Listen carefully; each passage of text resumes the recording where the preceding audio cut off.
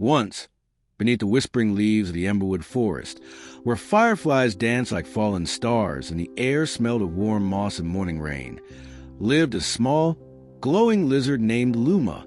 Luma wasn't like the other lizards. While her cousins blended into tree bark and her friends vanished into leaves, Luma shimmered. Bright blues, soft greens, and flickers of gold shimmered on her tiny scales. She didn't know why. She just glowed, especially when she felt happy. But that glow, it made her different. And different, in the quiet corners of the forest, was dangerous. Everywhere she went, creatures stared. Birds stopped mid-song. The frogs blinked longer than usual. The squirrels whispered, "Too bright, too strange. She'll attract trouble. Why can't she just stay still like the rest of us?" So Luma started hiding.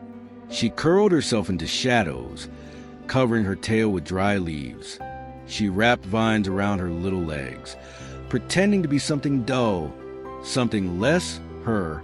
At night, she wept quietly under the roots of a giant tree, whispering to herself, "Maybe if I dim enough, I'll finally belong." One evening, as twilight melted into darkness, a great fear crept into the forest. A fire had broken out deep in the north side of Emberwood. Smoke danced between trees like cruel spirits. Animals ran. Deer bounded to the ferns. Rabbits zigzagged between roots. Even the owls left their high homes. Panic flooded the forest. But a voice, weak and trembling, cried for help. It was Pip, a tiny mole who had tripped into chaos and fallen into a shallow ditch. His leg was twisted, his voice hoarse, and the thickening smoke blurred everything. No one could find him. No one except Luma. She had been tucked beneath a mushroom cap, watching the panic, hiding like always, until she heard the cry. She stepped out into the open. Her heart pounded. Her scales flickered. She felt again that soft, electric joy, the call to help. She ran toward the sound. And with every brave step, she glowed a little more. First blue, then green, then gold, until the dark forest shimmered with her light. Pip saw her glow before he saw her shape. At first, he thought the moon had fallen. But no, it was Luma. Don't come close," Pip coughed. "The fire's near. You'll be seen. You'll be hurt." Luma shook her head. "I've hidden long enough." She lowered her tiny body, let Pip climb onto her back, and began walking, slowly, carefully, and glowing brighter with every step. Animals turned and stared as she passed. Some gasped, some covered their eyes, but others followed. Her light cut through the smoke.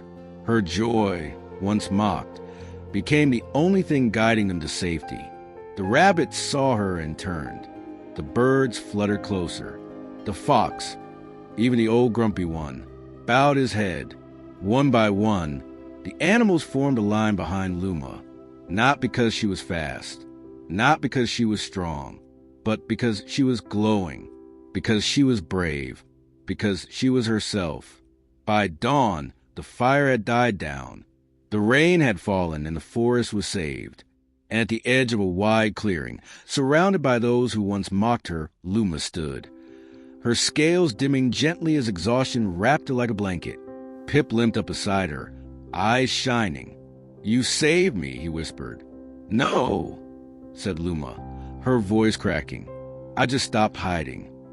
A hush fell over the crowd, and in that silence, they saw not a strange lizard, but a light they had never understood, a beauty they once feared, a truth they had ignored.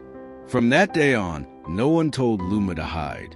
In fact, others began to show their own light, maybe not glowing scales, but soft songs, unique colors, wild dreams. Even the owl started humming. Even the snake painted shapes in the dirt with his tail. And every night, they gathered under stars, not to be the same, but to be seen, to be real, to be joyful. Moral of the story: so many of us dim our light to fit in. We hide our laughter. We shrink our dreams. We bury our joy to avoid judgment. But the very thing you hide might be the very thing the world needs. Don't hide your joy. What makes you different might save someone. And even if it doesn't, it will save you.